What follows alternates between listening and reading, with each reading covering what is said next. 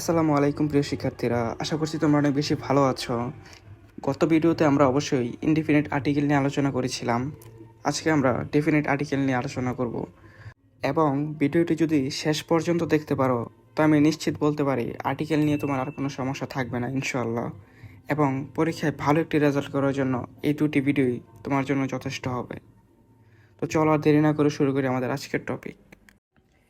N দাকে article বা পদাশ্রিত নির্দেশক বলে। আর্টিকেল দুই প্রকার, ইনডিফিনিট আর্টিকেল, আরেকটি হচ্ছে ডেফিনিট আর্টিকেল। তো আজকে আমরা ডেফিনিট আর্টিকেল নিয়ে আলোচনা করব। তো ডেফিনিট আর্টিকেল হচ্ছে কোনো কিছু নির্দিষ্ট করে বোঝানো হলে সেটিকে ডেফিনিট আর্টিকেল বলে। তো চলো আমরা কিছু রুলস দেখি। রুলস 1, নির্দিষ্ট করে বোঝাতে সিঙ্গুলার ও প্লুরাল উভয় ক্ষেত্রেই দা বসে। এক্সাম্পলটি দেখো, গিভ মি দ্য হ্যামার। তো এখানে নির্দিষ্ট একটি হ্যামারের কথা বলা হয়েছে। আমাকে যে কোনো হ্যামার দিলে হবে না, আমাকে একটি নির্দিষ্ট হ্যামার দিতে হবে। তো নির্দিষ্ট করে বোঝানো হলে সেখানে আর্টিকেল দা বসে, তাহলে গিভ মি দ্য হ্যামার। তো পরবর্তী উদাহরণটি দেখো, the book is out of print. বইটি ছাপানো হয়নি। তো নির্দিষ্ট করে এখানে বোঝানো হয়েছে একটি বই, তো এখানে অবশ্যই আর্টিকেল দা ব্যবহার হবে। পরবর্তী নিয়মটি লক্ষ্য করো, একক বস্তু যেমন চন্দ্র, সূর্য, পৃথিবী, গ্রহ, নক্ষত্র ইত্যাদি নামের পূর্বে আর্টিকেল দা ব্যবহার হয়। এক্সাম্পলটি দেখো, the sun rises in the east. তো সূর্য পূর্ব দিক থেকে উদিত হয়। তো দ্য সান একটি সূর্য, রাইসেস ইন দ্য ইস্ট একটি পূর্বাংশ। তো একক বস্তু যেমন সূর্য, পূর্ব এগুলোর আগে সবসময় আর্টিকেল দা ব্যবহার হয়। The sun rises in the east. পরবর্তী এক্সাম্পলটি দেখো, the stars are twinkling in the sky. তো দ্য স্টার্স তারাগুলোকে বোঝানো হয়েছে। তো are twinkling in the sky, তো এখানে আকাশে তারাগুলো মিটিমিটি জ্বলছে। যেহেতু এখানে নির্দিষ্ট করে বোঝানো হয়েছে, তো তার পূর্বে আর্টিকেল অবশ্যই দা ব্যবহার হবে। The stars are twinkling in the sky. আশা করছি তোমরা বুঝতে পারছো। পরবর্তী রুলস 3 লক্ষ্য করো, পবিত্র ধর্মগ্রন্থ, বিখ্যাত অট্টালিকা, সংবাদপত্র, নদী, সাগর, মহাসাগর, দ্বীপপুঞ্জ, জাহাজ, ট্রেন ইত্যাদি নামের পূর্বে দা বসে। এগুলো নির্দিষ্ট করে বোঝানো হলে অবশ্যই তার পূর্বে আর্টিকেল দা বসে। তো উদাহরণটি লক্ষ্য করো, the Quran is the holy book of Islam. কোরআন ইসলামের পবিত্র গ্রন্থ। তো এখানে দ্য কোরআন নির্দিষ্ট করে একটি ধর্মগ্রন্থের নাম বোঝানো হয়েছে, সেহেতু এখানে আর্টিকেল দা ব্যবহার হয়েছে। তো Eiffel tower is located in Paris. Eiffel tower ফ্রান্সের প্যারিসে অবস্থিত। তো বিখ্যাত অট্টালিকা এর আগে সবসময় আর্টিকেল দা ব্যবহার হয়। তো পরবর্তী উদাহরণ লক্ষ্য করো, Titanic was a famous sheep that shank in 1912। তো টাইটানিক যেহেতু একটি বিখ্যাত জাহাজ নির্দিষ্ট করে বোঝানো হয়েছে, তাহলে তার পূর্বে অবশ্যই আর্টিকেল দা ব্যবহার হবে। আর যদি নির্দিষ্ট করে না বোঝানো হয়তো সেহেতু তার ক্ষেত্রে আর্টিকেল দা ব্যবহার হবে না।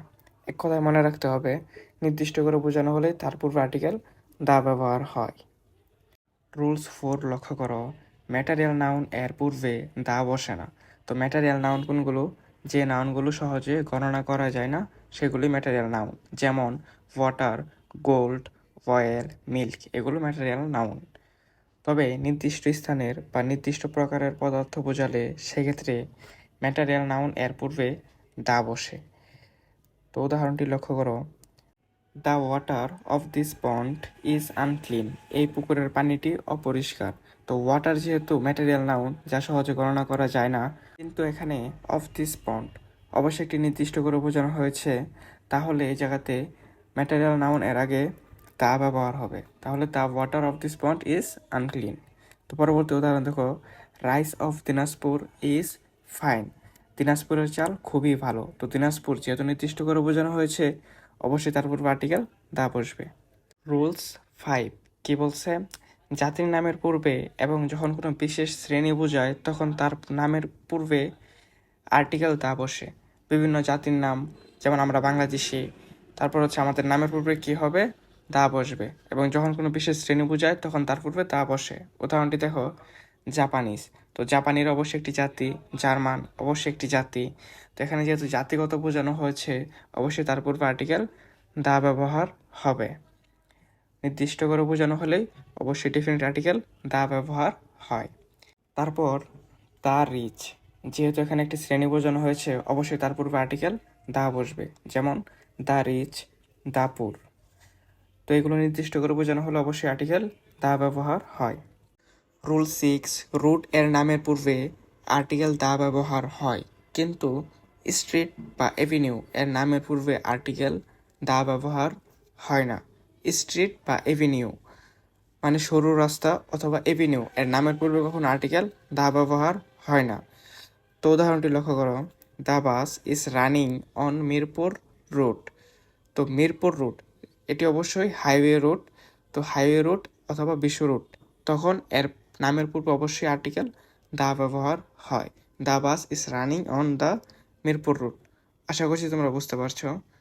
পরবর্তী নিয়ম রুল 7টি লক্ষ্য করো, একই গুণসম্পন্ন দুই ব্যক্তি বা বস্তুর মধ্যে তুলনা করা হলে যার সাথে তুলনা করা হয় তার পূর্বে দা বসে। কি বলছে? যার সাথে তুলনা করা হয় তার পূর্বে দা বসে। তো উদাহরণটি লক্ষ্য করো, Nazrul is the Byron of Bangladesh. তো ভাইরন, লর্ড বাইরন একজন ইংরেজ কবি। তো নজরুলকে কার সাথে তুলনা করা হয়েছে? লর্ড বাইরনের সাথে। তো লর্ড বাইরন এর আগে অবশ্যই আর্টিকেল দা ব্যবহার হবে।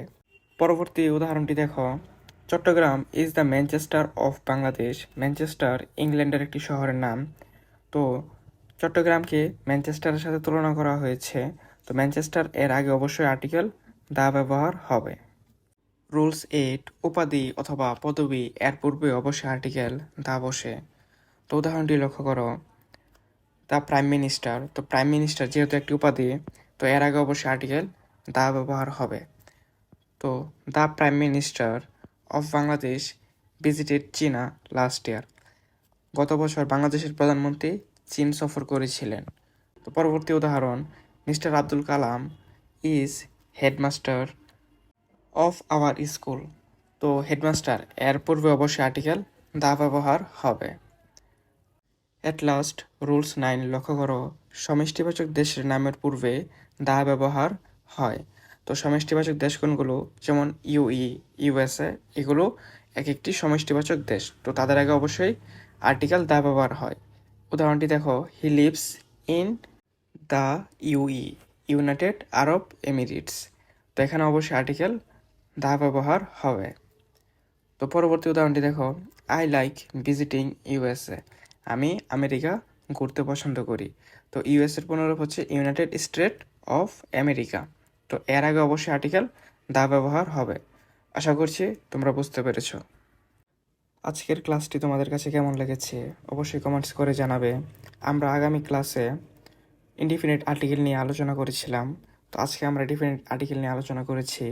তো এরকম সহজ ও শর্টকাট রুলস পেতে আমাদের ইউটিউব চ্যানেলে অবশ্যই একটি সাবস্ক্রাইব দিয়ে পাশে থাকবে, এবং ভিডিওটি যদি ফেসবুক থেকে দেখে থাকো তাহলে অবশ্যই লাইক কমেন্ট শেয়ার করবে। দেখা হবে পরবর্তী কোনো ক্লাসে। ধন্যবাদ সবাইকে।